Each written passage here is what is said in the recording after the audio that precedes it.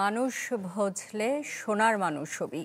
বাউল সম্রাট ফকির লালন শাহর এই আধ্যাত্মিক বাণীর স্লোগানে চলছে ১৩৫তম তিরোধান দিবসের অনুষ্ঠান।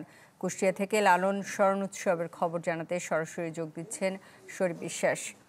শরীফ, বরাবরের মতোই উৎসব চলছে, কেমন দেখছেন এইবারের আয়োজন?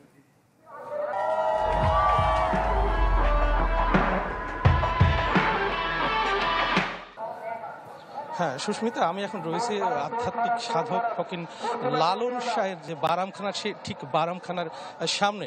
আজ যেহেতু 3 দিনের উৎসব গতকাল শুরু হয়েছে এবং আজ দ্বিতীয় দিনের যে আনুষ্ঠানিকতা সেটি আমরা একটু জানিয়ে রাখি যে সকালে বাল্য সেবা এবং দুপুরে অর্থাৎ কিছুক্ষণের মধ্যে যে পূর্ণ সেবা মধ্য দিয়ে যে বাউলদের যে আনুষ্ঠানিকতা সেটি শেষ হবে। এই পূর্ণ সেবার বিষয়টি একটু আপনার মাধ্যমে দর্শকদের একটু জানিয়ে রাখার চেষ্টা করি যে আসলে এই পূর্ণ সেবা ফকির লালন শাহ তার জীবদ্দশায় তার ভক্তদের, শিষ্য ভক্তদের নিয়ে কিন্তু এই সেবা নিয়ে থাকেন। সেবা বলতে আহারকে বোঝায় ফকির লালন শাহ এই সেবা এগুলো নিয়ে তার শিষ্যদের সাথে নিয়ে থাকেন। সেই থেকে তা বাউল সাধু ভক্তরা তারা এই সেবা গ্রহণ করে থাকেন এবং এই সেবাটি আসলে একেবারেই নিরামিষ।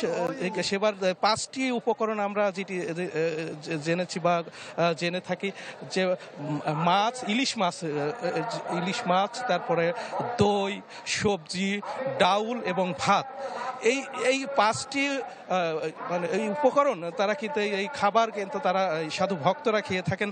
আমি একটু দর্শকদের আপনার মাধ্যমে দেখাতে চাই এই লালন একাডেমির যে অডিটোরিয়াম, এই অডিটোরিয়ামের মধ্যে অসংখ্য হাজারো বাউল ভক্তানুরাগী তারা কিন্তু এই সেবা গ্রহণের অপেক্ষায় রয়েছেন এবং এই একাডেমির অর্থাৎ এই সাইজিদ থামের যিনি প্রধান প্রবীণ যিনি খাদেম, তিনি যখন নির্দেশনা দিবেন তখনই কিন্তু এই সেবাটি তারা গ্রহণ করবেন। তার আগে কিন্তু কেউ এই সেবা নিবেন না বা নেয়ার রেওয়াজ কিন্তু নেই। কেউ দেখেন অসংখ্য মানুষ, অসংখ্য সাধু ভক্তরা কিন্তু খাবার নিয়ে কিন্তু সামনে রেখে তারা বসে রয়েছেন। তারা ক্ষুধার্ত, কিন্তু তারপরও কিন্তু তারা খাচ্ছেন না, তারা আহার গ্রহণ করছেন না। ঠিক যখন প্রধান খাদেম মাইকের মাধ্যমে আনুষ্ঠানিকভাবে ঘোষণা দিবেন তখন থেকেই কিন্তু এই সেবাটি তারা গ্রহণ করবেন।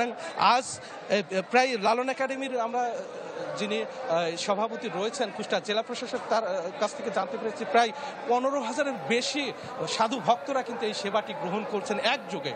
সব মিলিয়ে আজ দ্বিতীয় দিনের আনুষ্ঠানিকতা থাকছে এবং কাল সমাপনী অনুষ্ঠান কিন্তু এই একই ধামে কিন্তু অনুষ্ঠিত হবে। সুস্মিতা। শরীফ, আপনাকে ধন্যবাদ।